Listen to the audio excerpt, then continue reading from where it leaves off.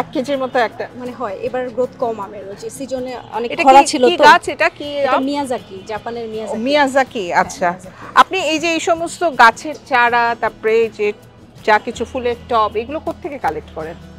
Nursery থেকেই collect করি। আর ফুলের টব হচ্ছে আমাদের অনলাইনে অনেক সেলার আছে, যাদের আমার পরিচিতই, যারা টব সেল করে, মিডিয়াও সেল করে। মিডিয়া বলতে আমরা কিন্তু নর্মাল মাটিতে গাছ লাগাই না, ইনডোর যে প্ল্যান্টগুলো সেগুলো আমরা আপনার যে মিডিয়াটা ইউজ করি সেটাতে আমাদের অনেক ধরনের উপকরণ থাকে।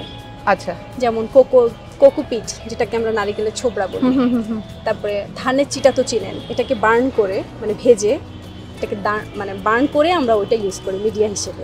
ধানের চিটা, কোকো চিপস, নারকেলের যে ছোলাটা, আবার হচ্ছে আপনার ভার্মি কম্পোস্ট যেটা কেঁচো সার, আর হচ্ছে আপনার কাঠ কয়লা।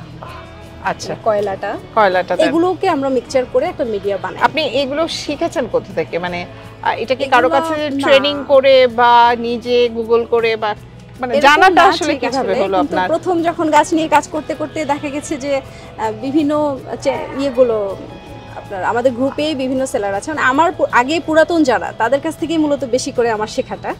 পুরাতন যে আপু ভাইয়ারা আছে আমার সিনিয়র, ওনারা হয়তো বাগান করছে 10 বছর 15 বছর ধরে। আমি যখন আসি তখন আমি নিও 5 বছর আগের কথা বলতেছি, তো তখন ওনাদের কাছ থেকে অনেক সময় অনেক পরামর্শ নিয়েছি, বা ওনাদের অনেক, আমরা একটা কমিউনিটি আছে আমাদের, বিভিন্ন গ্রুপ আছে, গ্রুপগুলোতে আমরা সবাই রেগুলার পোস্ট করি যে আমি এই গাছটা লাগাচ্ছি, বা আমার এই গাছটা এরকম বড় হয়েছে, ইমপ্রুভ হয়েছে। তো ওখান থেকে আসলে শেখা, ওখান থেকে বিভিন্ন পোস্ট থেকে শেখা। আচ্ছা, এমনি কোনো কারণে অনেক সময় গাছ তো নষ্ট হয়ে যায়, মরে যায়, বা অনেক ধরনের পোকা আসে, ওগুলোকে কিভাবে হ্যান্ডেল করেন বা ম্যানেজ করেন? গাছের যেহেতু জীবন আছে, ওরা মারা যাবেই। তবে হ্যাঁ, আমাদের যেমন রোগ হয়, আমরা ট্রিটমেন্ট নেই, গাছেরও রোগ হয়, গাছের রোগবালাই প্রচুর হয়। যেহেতু তো এটা এই ক্ষেত্রে আপনাকে, যদি আপনি কীটনাশকটা রেগুলার মেনটেন করে ইউজ করেন, তাহলে গাছে কীটনাশক মানে রোগ ধরার আগেই আপনি যদি কীটনাশক স্প্রে করেন, না রোগই আসবে না। আচ্ছা, মানে আমি যদি ফিট থাকি, আমার শরীরে রোগ আসবে না, এটাই হচ্ছে মূল কথা। রোগ ধরার পরে আপনি যদি স্প্রে করেন, তখন গাছও মরবে, পোকাও মরবে, গাছও মরবে, এরকম আছে।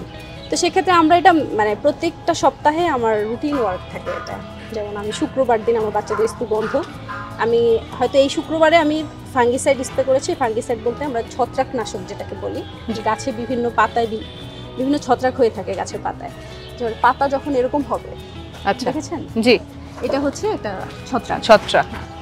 এই পাতাগুলো, ভালো পাতাগুলোকেও এফেক্ট করে ফেলবে, তখন আমাকে এই পাতাগুলো ছেড়ে ফেলে দিতে হবে, এবং দূর করে ফেলে দিতে হবে, অথবা পোড়ায় ফেলতে হবে, যেন আমার গাছের অন্য পাতাগুলো এফেক্টেড না করে।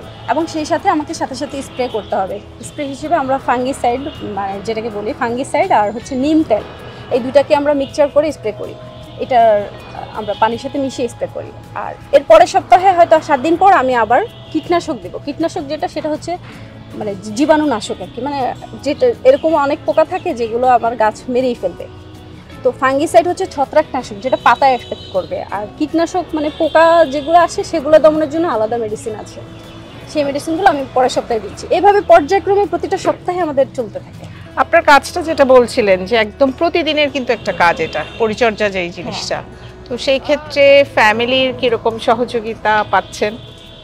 ফ্যামিলি সহযোগিতা বলতে বাসার সাপোর্ট করে আমার বেবিরাও। এখন আমার বড় ছেলেটা মাশাআল্লাহ, আমি অসুস্থ হলে ও এসে গাছে পানি দেয়। আচ্ছা।